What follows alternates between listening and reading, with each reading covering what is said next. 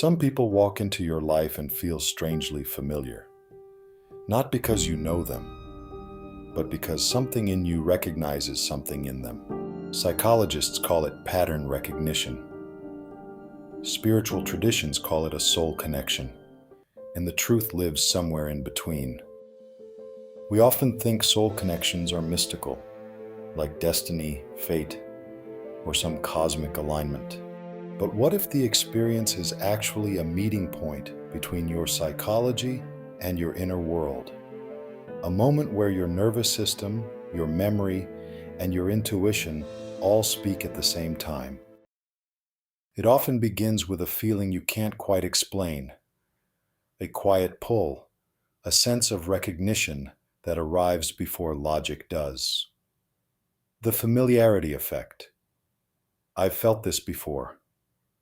Your brain is constantly scanning for patterns that feel safe, comforting, or known. When someone's tone, posture, humor, or emotional rhythm mirrors something from your past, your mind lights up. It whispers, "I know this energy."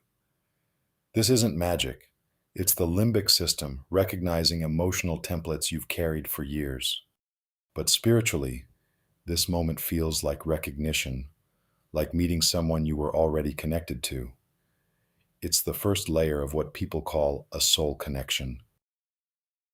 And sometimes the connection goes even deeper, beyond familiarity into something far more intimate and rare.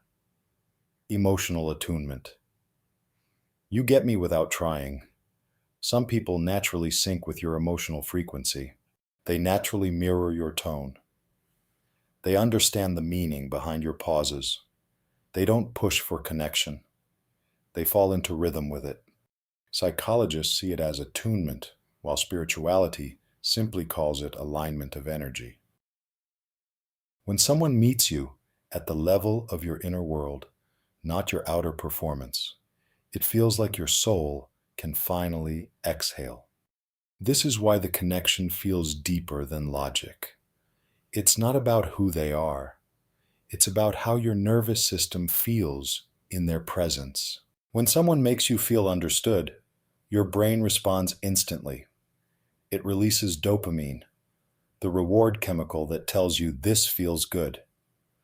It releases oxytocin, the bonding hormone that creates trust and safety. And it releases endorphins, the chemicals that soften your body and make you feel at ease. This cocktail creates warmth, safety, and a sense of closeness that feels almost predestined. But here's the spiritual twist. Your body reacts before your mind can explain it. It feels like your soul is responding because the experience bypasses logic and goes straight into sensation. This is why soul connections feel instant. Your biology is faster than your thoughts. Sometimes what we call a soul connection is actually a mirror. You're not drawn to the person. You're drawn to the part of yourself you see reflected in them. Psychology calls this projection. Spirituality calls it soul mirroring. You recognize your wounds, your hopes, your potential, your unhealed parts, your forgotten parts in someone else. This doesn't make the connection fake. It makes it meaningful. Because the people who trigger the deepest feelings often reveal the deepest truths. Your body stores emotional experiences, not just memories, but the sensations that came with them. So when someone carries an energy similar to a person who shaped you, your nervous system reacts instantly. It can show up as a mix of comfort, longing, intensity, a little fear, attraction, or even a quiet sense of recognition. This is why some connections feel ancient. Your body is responding to emotional patterns you've lived before. Spirituality interprets this as past life resonance.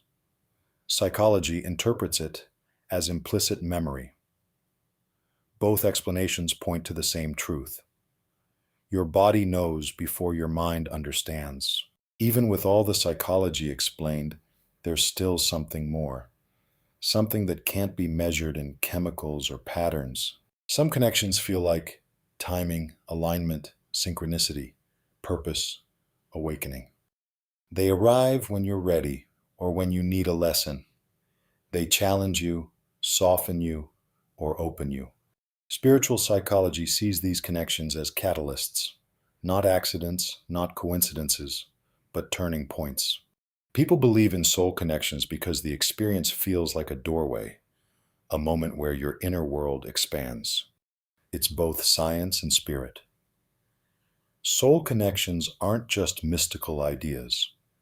They're psychological experiences wrapped in spiritual meaning. They happen when your nervous system feels safe, your intuition feels awake, your memories feel recognized, your emotions feel mirrored, your consciousness feels expanded. It's not one or the other, it's both.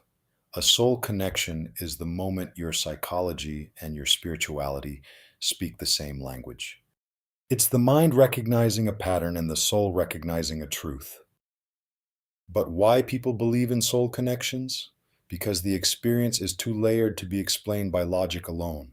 It touches the brain, the body, the heart, the intuition, the unconscious, the spiritual self.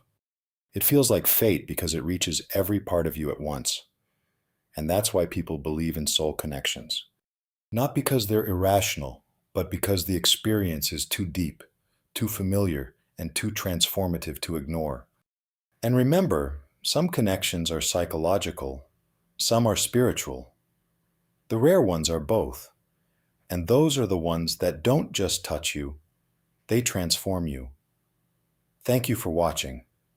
Stay curious, and I'll see you in the next one.